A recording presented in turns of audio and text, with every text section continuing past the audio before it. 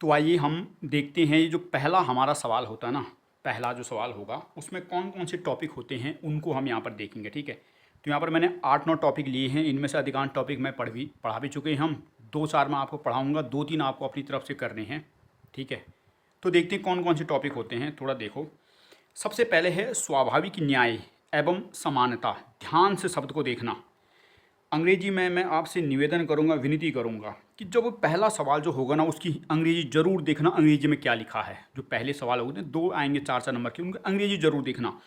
अंग्रेजी का शब्द देखो इक्विटी और इक्वालिटी होता है।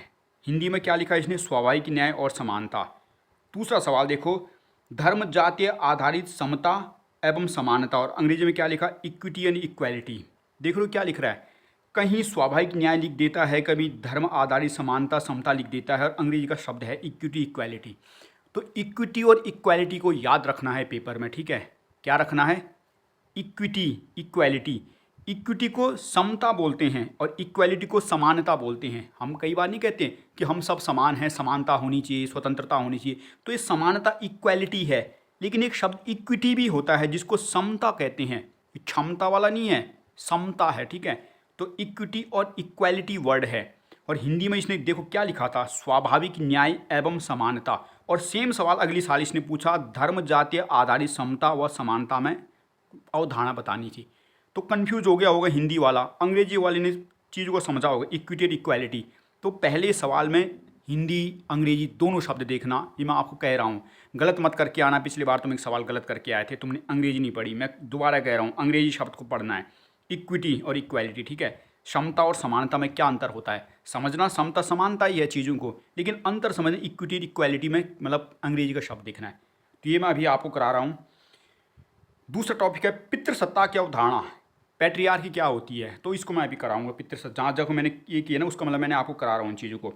लैंगिक पक्षपात, देखो अंग्रेजी का क्या शब्द है, जेंडर बाइसनेस। जेंडर बाइसनेस समझ लो, लैंगिक पक्षपात भाई, जहाँ एक लिंग को बड़ा एक दूसरे लिंग को छोटा माना जाता है। और सेम हिंदी को देखो दूसरी बार क्या लिखा है इन्हें, लिंग पूर्वाग्रह का अर्थ बताइए, और अंग्रेजी में क्या लिखा है, जेंडर बाइसनेस। अंग्रेजी का शब्द जेंडर बाइस यहाँ भी है, जेंडर बाइस यहाँ भी, और हिंदी में देख क्या लिख दिया, कहीं लैंगिक पक्षपात लिख दिया, कहीं लैंगिक पूर्वाग्रह लिख दिया। अंग्रेजी का शब्द याद रखना। ठीक है, जेंडर बाइस या जेंडर बाइसनेस एक जैसा होता है, दोनों का मतलब है लैंगिक पक्षपात, बाइस करना, पक्षपात करना।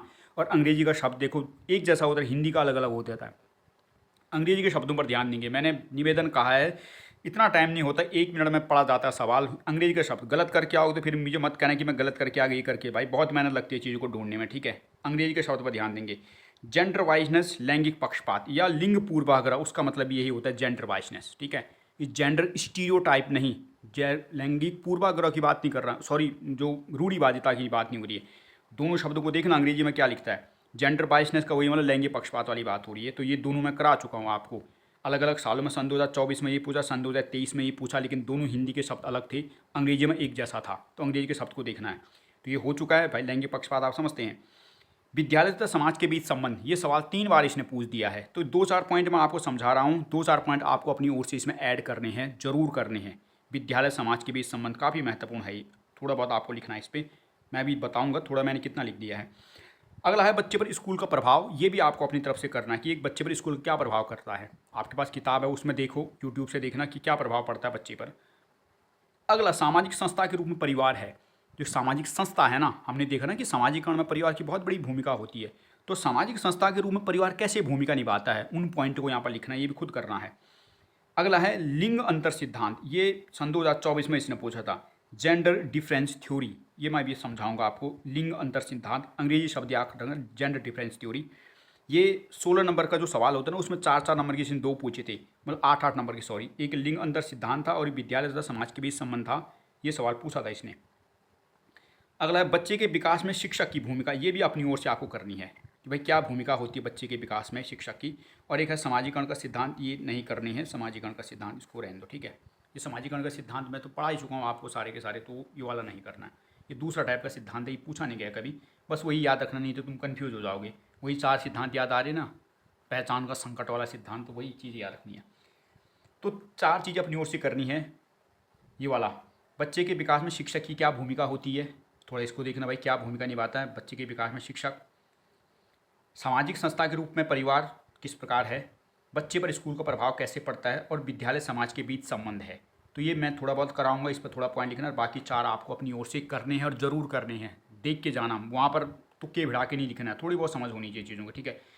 कर लोगे तो ठीक है, नहीं कर लोगे तो मुझे मैसेज कर देना, मैं नोट्स बना के इस पर दूंगा अगर नहीं हो पाएगा तो। वैसे तो सरल ही है, चीज़ों को किताब से देखो, वो करो, वो बस एक एक पन्ना तो लिखना है चीज़ों पर, समझ के ना। तो ये है, तो ये 4 6 7 टॉपिक है, इसमें 2 4 टॉपिक मैं अभी इस वीडियो में आपको समझा रहा हूँ। सबसे पहले इस वाले को समझाऊंगा मैं, स्वाभाविक न्याय, इक्विटी और इक्वालिटी को होता क्या है, ठीक है। तो आइए देखते हैं। देखो सवाल क्या था, कमीशन ने कैसे पूछा था, ये ना बड़ा भयानक टाइप का सवाल पूछा। सवाल क्या पूछा, धर्म जातीय आधारित क्षमता व समानता की अवधारणा, अंग्रेजी में इक्विटी और इक्वालिटी था।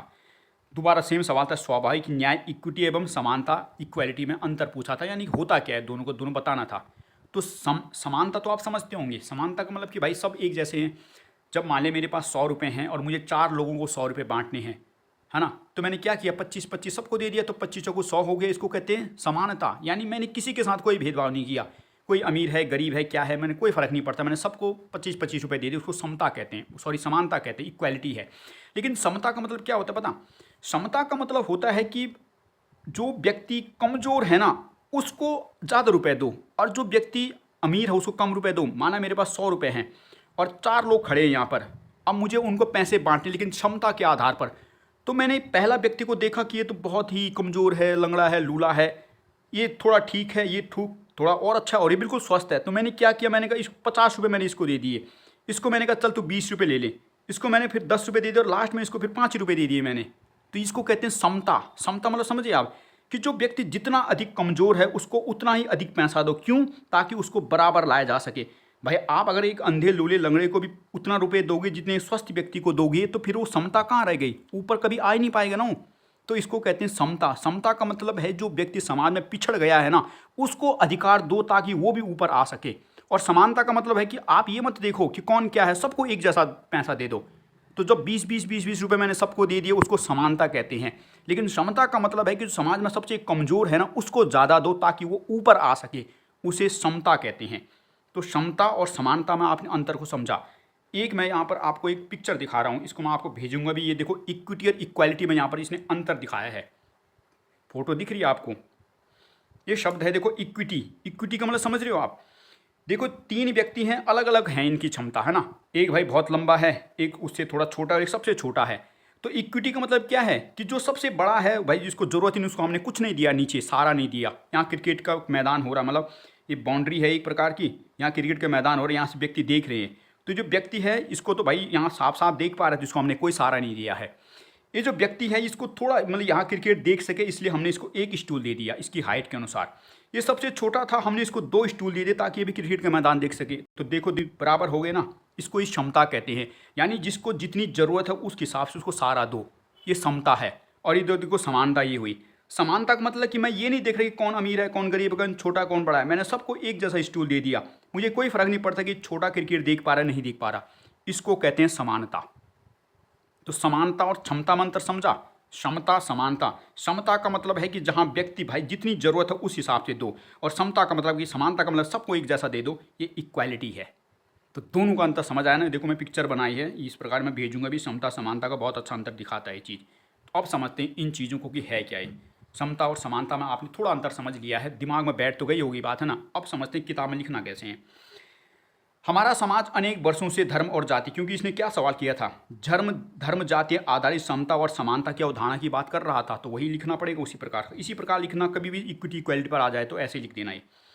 हमारा समाज अनेक वर्षों से धर्म और जाति पर आधारित समाज रहा है, जिसमें धर्म और जाति के आधार पर अनेक जगहें, चाहे शिक्षा हो, रोजगार हो, स्वास्थ्य हो, इन जगहों पर भेदभाव को जन्म दिया गया। तो मैंने कहा कि भाई हमारा समाज हजारों वर्षों से धर्म और जाति पर आधारित समाज रहा है, बिल्कुल रहा, अच्छी बात है। और इस धर्म जाति के कारण हमारे समाज में ना कई जगहों पर, चाहे शिक्षा के क्षेत्र में हो, स्वास्थ्य के क्षेत्र में, रोजगार के क्षेत्र में भेदभाव देखने को मिला है। भेदभाव होता है निम्न जातियों के साथ। धर्म और जाति पर आधारित समाज में जो निम्न जातियां थी वे समाज और शिक्षा के क्षेत्र में लगातार पिछड़ती चली गई।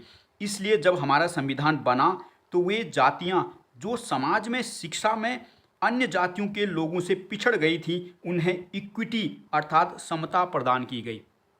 समझ रहे हो ना मतलब हमारे देश में सारे के सारे लोग पिछड़े नहीं थे ना भाई, कुछ तो पहले से अगड़े थे, तो जो अगड़ा था तो उसको क्या है सहारा देने की जरूरत भाई, जो पिछड़ गया है उसको दोनों एक स्टूल आगे बढ़ाने के लिए, तो वही इक्वेलिटी थी। तो मैंने कहा कि समाज में कुछ लोग, कुछ जाति, जैसे हम डूम डाम कहते हैं ना, तो पिछड़ गए थे, तो उन लोगों को आगे लाने के लिए हमने इक्विटी उनको दी है, समता दी है, ताकि ऊपर आ सके। हम जैसे जो माने पहले से ऊपर हैं, तो भाई और दोगे तो हम तो और ऊपर चले जाएंगे। तो इक्विटी का मतलब क्या था कि भाई जो जातियां पिछड़ गई उनको आगे बढ़ाओ, तो वही मैंने यहाँ पर गया, उन्हें इक्विटी यानी प्रदानता की गई है संविधान में।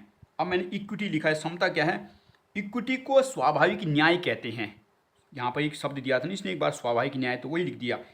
इक्विटी यानी जो समता है उसको स्वाभाविक न्याय कहते हैं। समता का अर्थ होता है कि सभी व्यक्तियों को समान अधिकार नहीं देना, बल्कि जो व्यक्ति लोग समाज में पिछड़ गए हैं उन्हें आगे बढ़ाने का अधिकार देना। तो इक्विटी का मतलब समझा आपके, इक्विटी का मतलब कि सबको एक जैसा अधिकार मत दो, सबको बराबर स्टूल मत देना है, अभी देखा ना पिक्चर में, बल्कि जो समाज में पिछड़ गया है, जो सबसे छोटी हाइट का ना, उसको ज़्यादा आगे बढ़ाओ, यानी समाज में जो पिछड़ गए उसको आगे बढ़ाएं, इक्विटी कहलाता है। अर्थात इक्विटी एक ऐसी विचारधारा है जो यह मानती है कि जो लोग सामाजिक आर्थिक रूप से पिछड़ गए हैं ना, उनको अधिकार दो, उनको आरक्षण दो, ताकि वे भी बाकी लोगों की बराबरी कर सके। अर्थात इक्विटी समता में केवल उन लोगों को अधिकार दिया जाता है जो पिछड़ गए होते हैं। तो मुझे उम्मीद है कि आपने इक्विटी को समझा, यानी ऐसे लोग जो पिछड़ गए हैं ना, उनको अधिकार दो, उनको आगे बढ़ाओ। इसी पिक्चर में मैंने आपको दिखा ना ये इक्विटी वाली तस्वीर, ये जो सबसे छोटा था ये पिछड़ गया है भाई, मैच देख नहीं पा रहा, तो उसको हमने 2 स्टूल दे दिए, और इसको जब जरूरत ही नहीं है तो इसको क्यों स्टूल दे भाई, यदि मैं स्टूल दूंगा तो आगे पहुंच जाएगा, ये बिल्कुल ऊपर हो जाएगा, ये इक्विटी था। तो इक्विटी का मतलब समझा आपने। हमारे समाज में ऐसी क्यों विभेद हुआ, क्योंकि हमारे समाज में जाति और धर्म आधारित समाज रहा है, कई सारे लोग पिछड़ गए थे। तो जब संविधान लागू हुआ तो डॉक्टर भीमराव अम्बेडकर ने कहा कि जो लोग पिछड़ गए हैं ना, उनको मुझे आगे लेकर आना है, और जब मुझे उनको आगे लेकर आना है तो भाई मुझे इक्विटी देनी पड़ेगी, यानी केवल उन लोगों को मैं आरक्षण दूंगा जो पिछड़े हैं। जो पहले से जनरल कास्ट वाले अगड़े हो चुके हैं भाई, उनको आरक्षण दूंगा तो वो तो और ऊपर चले जाएंगे, ये नीचे वाले तो ऊपर आ ही नहीं पाएंगे कभी। तो मैं इक्विटी दूंगा, नीचे वालों को ऊपर लाऊंगा, तभी तो बैलेंस आएगा। तो जब इक्विटी दूंगा तो समानता स्थापित होगी। आई समझ, समानता का मतलब सब बराबर हैं, तो कब बराबर होंगे, जब जो नीचे है उसको ऊपर लाओगे या ऊपर वाले को और ऊपर ले जाओगे भाई, नीचे वाले को ऊपर लेकर आएंगे जब, तो इसे ही इक्विटी कहते हैं। तो आप देखते हैं इक्वालिटी क्या होती है, समानता क्या होती है। समानता एक ऐसी विचारधारा है जो मानती है कि सभी व्यक्ति जो एक समान अधिकार दो, सभी व्यक्ति को, दोबारा पढ़ते हैं, समानता एक ऐसी विचारधारा जो मानती है कि सभी व्यक्तियों को एक समान अधिकार दो, भले ही कोई स्वस्थ हो, विकलांग हो, पिछड़ा हो, अगड़ा हो, सबके साथ एक जैसा व्यवहार करना ही समानता कहलाता है। जबकि जो पिछड़ गए हैं उन्हें कुछ अधिकार या सहारा देकर आगे बढ़ाना ही इक्विटी कहलाता है, समता कहलाता है। तो समानता का मतलब आपने समझा, समानता का मतलब ही होता है कि भाई कोई फर्क नहीं पड़ता है, तुम अगड़ी जाति को, तुम पिछड़ी जाति की हो, तुम विकलांग हो, तुम स्वस्थ हो, मुझे कोई फर्क नहीं पड़ता है, सबको बराबर अधिकार देना ही समानता कहलाता है। और जब जो पिछड़ गया है जाति, उनको आगे बढ़ाना इक्विटी कहलाता है, समता कहलाता है।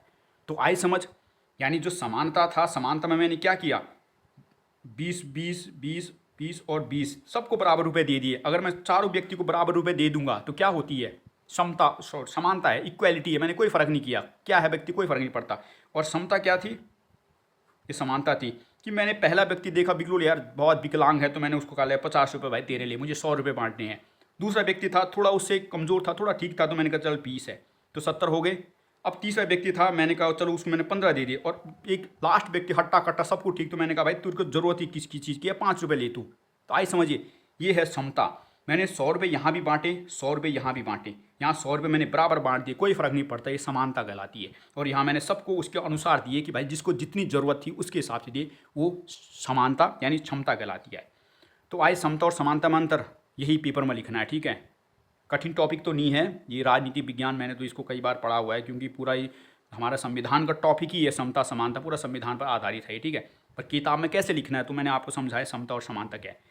तो ये आपको समझ लिया है, पहला टॉपिक आपने समझा। अब एक ये सवाल एक बार 8 नंबर पूछा गया था, ये था लिंग अंतर सिद्धांत या लिंग विभेद सिद्धांत। थोड़ा 2 बार पढ़ना, लिंग अंतर लिंग विभेद सिद्धांत, जेंडर डिफरेंस थ्योरी कहते हैं। क्या होता है लिंग अंतर सिद्धांत या लिंग विभेद सिद्धांत। देखो लिंग विभेद सिद्धांत ऐसा मानता है, अच्छा सिद्धांत है। लिंग विभेद सिद्धांत कहता है कि वो जो समाज है ना, समाज में कई सारे लोग हम ऐसा सोचते हैं ना हमेशा कि जो महिला है लड़की है बराबर है, सब ठीक है, सबको बराबर अधिकार दो, सब एक जैसे होनी चाहिए, कोई भेदभाव मत करो, सबको एक जैसा होना चाहिए, हम ऐसा मानते हैं। इसको समाजीकरण सिद्धांत कहते हैं। देखो एक इधर है, मैंने लिखा हुआ है, लेकिन मैंने आपको ये इसलिए नहीं बताया क्योंकि आप इस समाजीकरण सिद्धांत और जो मैंने इससे पहले वो 4 वाले बताए आप कंफ्यूज हो जाओगे उस चीज़ में, ठीक है। ये समाजीकरण का सिद्धांत होता है, दूसरा प्रकार का सिद्धांत है। ये समाजीकरण का सिद्धांत कहते हैं कि भाई लड़की लड़कों के साथ कोई भेदभाव नहीं करना, हमको सब एक जैसे होते हैं, किसी के साथ कोई अंतर नहीं करना। ये समाजीकरण का सिद्धांत है। नॉर्मल वाला, वो वाला नहीं जो मैंने 4 पढ़ा है, ये दूसरा वाला है, ठीक है।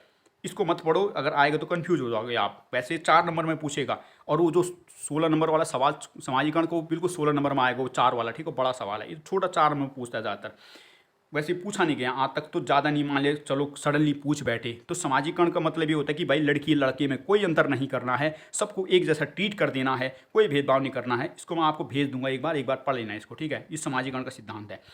इस समाजीकरण के सिद्धांत के विपरीत एक सिद्धांत होता है, उसको लिंग अंतर सिद्धांत कहते हैं, जेंडर डिफरेंस थ्योरी कहते हैं। ये जेंडर डिफरेंस थ्योरी कहती है कि भाई जब भगवान ने ही लड़का और लड़की को अलग अलग बना दिया है, तो फिर तुम उन दोनों को एक करने में क्यों तुले हो। समाज में थोड़ा मतलब आपको समझ आ रही है बात।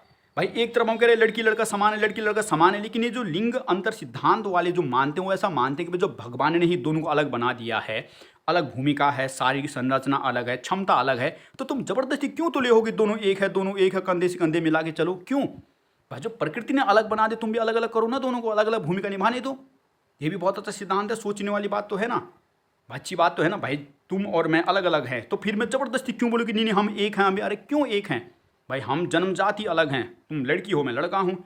जब हम में अलगता है, डिफरेंस है, तो फिर जबरदस्ती एक क्यों।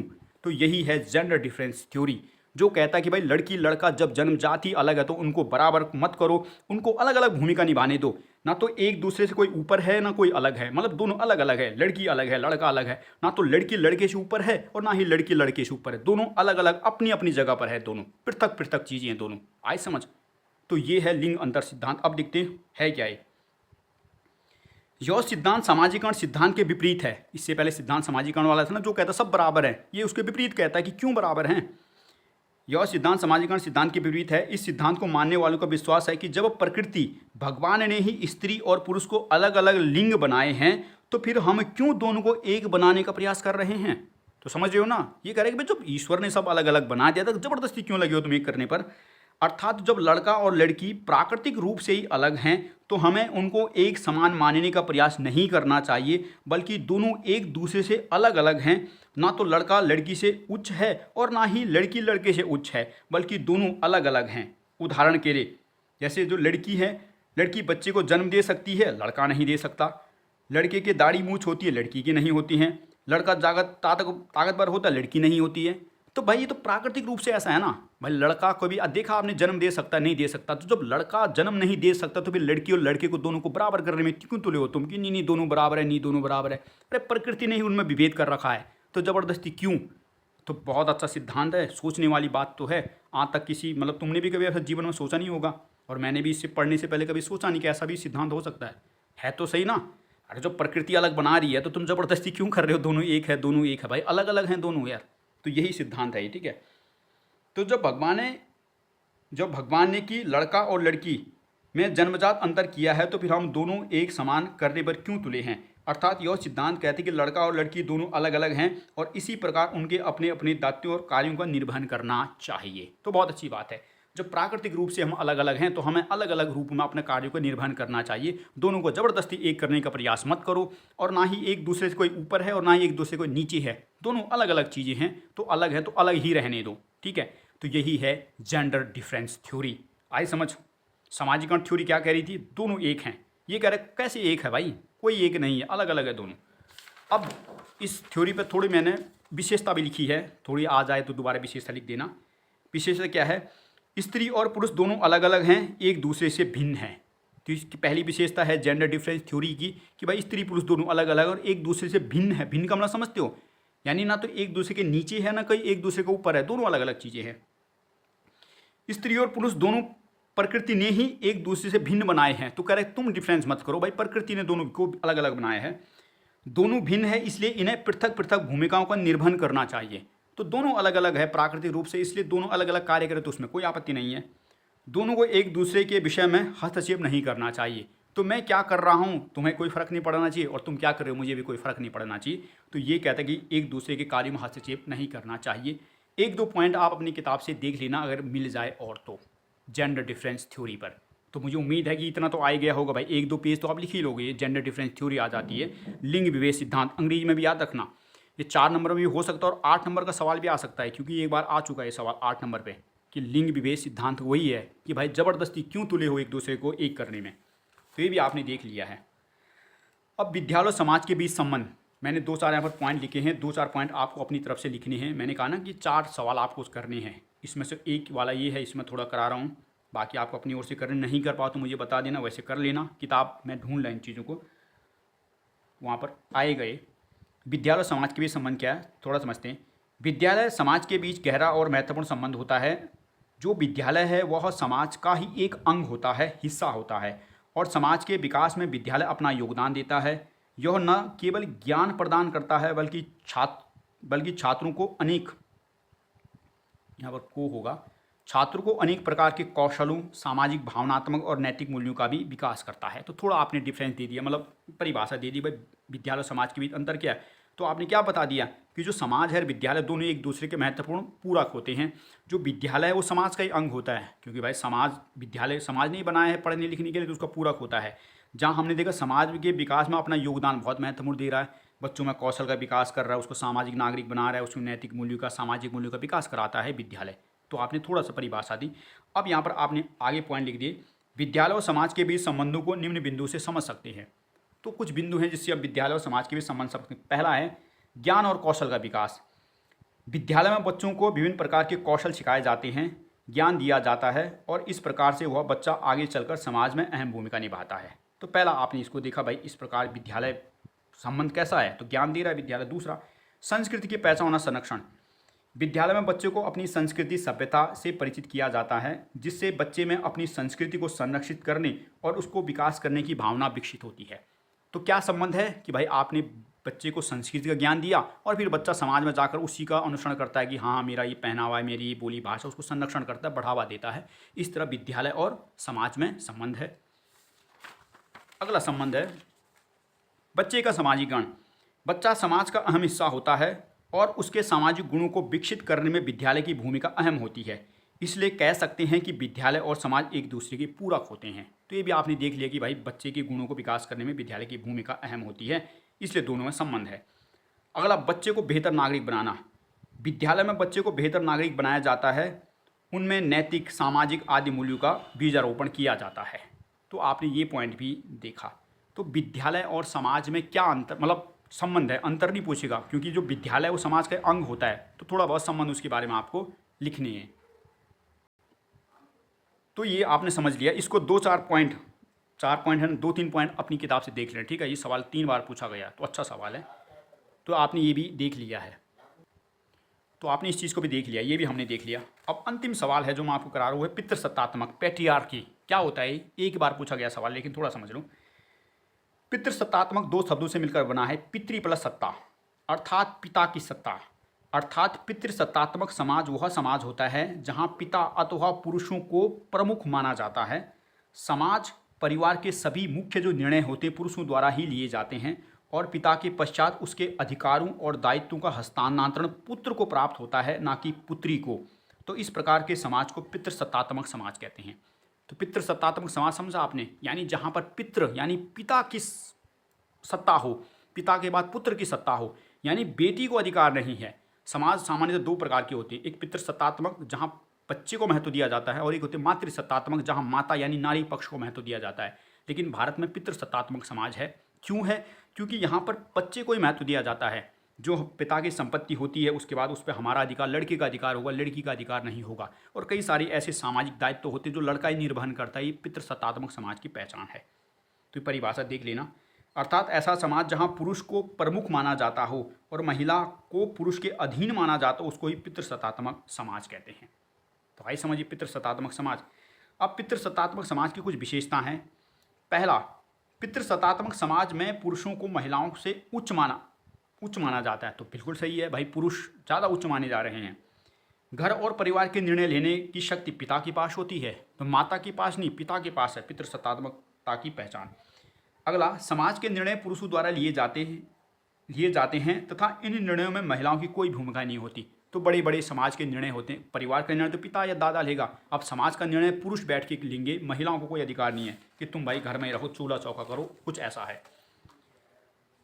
अगला, पिता के पश्चात उसकी संपत्ति पुत्र को हस्तांतरित होती है। पितृसत्तात्मक समाज में पिता के बाद पुत्र को मिलेगी, लड़की को नहीं मिलेगी। पुरुष महिलाओं की सुरक्षा का दायित्व निभाते हैं। तो पितृसत्तात्मक समाज में महिला को कमजोर माना जाता है और पुरुष उसकी सुरक्षा का दायित्व निभाते कि मैं इसकी सुरक्षा करूंगा, ये करूंगा, वो करूंगा। इसमें लड़कियां विवाह से पूर्व पिता के अधीन होती हैं और विवाह के पश्चात पति के अधीन होती है। वो मनुस्मृति याद आ रही है आपको, उसी प्रकार की है ये भी, ठीक है। तो उसके अधीन है। इस प्रकार के समाज में महिलाओं के संपत्ति का अधिकार नहीं होता है। तो संपत्ति का अधिकार बहुत कम है। आज तो फिर भी थोड़ा बहुत कानूनी की मान्यता तो है, लेकिन वैसे देखा जाए नॉर्मली कहाँ होता है। भाई जब हम लड़की की शादी होती है, लड़की चली गई है ससुराल, तो क्या उसको संपत्ति का अधिकार देते हैं? कोई अधिकार नहीं है। और अंत में इस प्रकार के समाज में पुत्र का महत्व बढ़ जाता है पितृसत्तात्मक समाज में। तो ये थी पैट्रियार्की, पितृसत्तात्मक समाज। ये भी 4 नंबर में सवाल पूछता है। तो ये भी आपने देख लिया है पितृसत्तात्मक समाज को। तो इसका नोट्स मैं आपको दे रहा हूँ, वीडियो मैंने दे दी। 2-4 सवाल आपको अपनी ओर से ज़रूर करने हैं। और मैं फिर से हाथ जोड़ूंगा कि आपको क्या अंग्रेजी का शब्द देखना है, जो 4 नंबर का सवाल होगा। हिंदी का शब्द देखकर वहाँ लिखना मत लग जाना उल्टा सीधा कुछ भी, अंग्रेजी का शब्द देखनी है। ये भी मैं आपको भेज रहा हूँ, ठीक है। तो देखो, स्वाभाविक न्याय मैंने करा दिया, इक्विटी इक्वालिटी अंतर समझ दिया, धर्म जातीय आधारित ये भी समझा दिए, सेम इसी प्रकार का सवाल था। पितृसत्तात्मक उदाहरण ये बता दी है। लैंगिक पक्षपात, जेंडर बायसनेस आप समझ लिए हैं। लैंगिक पूर्व का एक जैसा ही है, लेकिन हिंदी का शब्द अलग है, जेंडर वाइस कहते हैं, ये भी समझा दिए। दोनों का मतलब वही, लिंग पक्षपात। विद्यालय समाज के बीच संबंध ये मैंने थोड़ा समझाया, आपको अपनी ओर से भी थोड़ा बहुत इसमें पॉइंट जोड़ने हैं। बच्चे पर स्कूल का कैसा प्रभाव पड़ता है, नकारात्मक सकारात्मक, क्या सीखता है, तो इसको आप अपनी ओर से करेंगे। सामाजिक संस्था के रूप में परिवार किस प्रकार भूमिका निभाता है। लिंग अंतर सिद्धांत, जेंडर डिफरेंस थ्योरी मैंने आपको समझाई कि जब भगवान ने ही लड़का लड़की अलग बना दिया तो ज़बरदस्ती एक करने में क्यों तुले हो, ये थ्योरी समझा दी। बच्चे के विकास में शिक्षक की भूमिका, ये आपको अपनी ओर से करनी है। और एक सामाजिक सिद्धांत है, 4 नंबर का आता है, ये मैं आपको बता दूंगा, जो मानता है कि लड़की लड़का दोनों एक समान है, वो सामाजिकरण सिद्धांत है। वो वाला सामाजिकरण सिद्धांत की बात नहीं हो रही यहाँ पर, जो 4 मैंने आपको समझाए थे, ठीक है। वो मीट का सिद्धांत, कूले का सिद्धांत, वो वाला नहीं है। ये तो नॉर्मल है, हिंदुस्तान का सिद्धांत है, वो विदेशी वाला सिद्धांत है। तो 3-4 सवाल अपनी ओर से आप ज़रूर करें, आपके पास टाइम होगा। और बाकी मैंने आपको समझा दिया। तो चलो, ये हो चुका है। Best of luck. अगर ये आपसे ये 3-4 सवाल मतलब थोड़ी समस्या आए तो मुझे बता देना, मैं लिख दूंगा। वैसे तो आप कर लोगे, पर फिर भी ऐसा हो तो मैं कर दूंगा, भेज दूंगा मैं नोट्स को, पढ़ना उस चीज़ को, ठीक है। वैसे तो मेरे पास टाइम नहीं है, पर फिर भी तुम्हारे टाइम क्या करें, निकाल ही रहा हूँ बहरहाल। तो ये आपको ये कर लेना, ठीक है। तो चलो ठीक है, बेस्ट ऑफ लक, अच्छी तरह पेपर दो। चलो ठीक है।